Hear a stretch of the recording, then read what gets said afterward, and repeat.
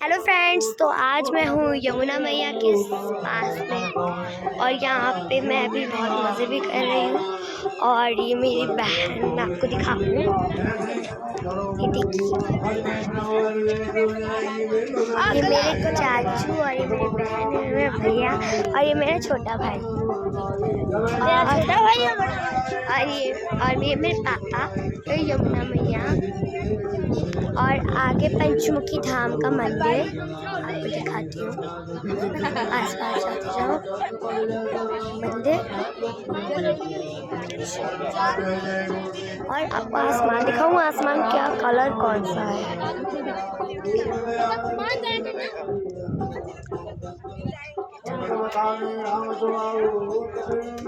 आप देख सकते हैं।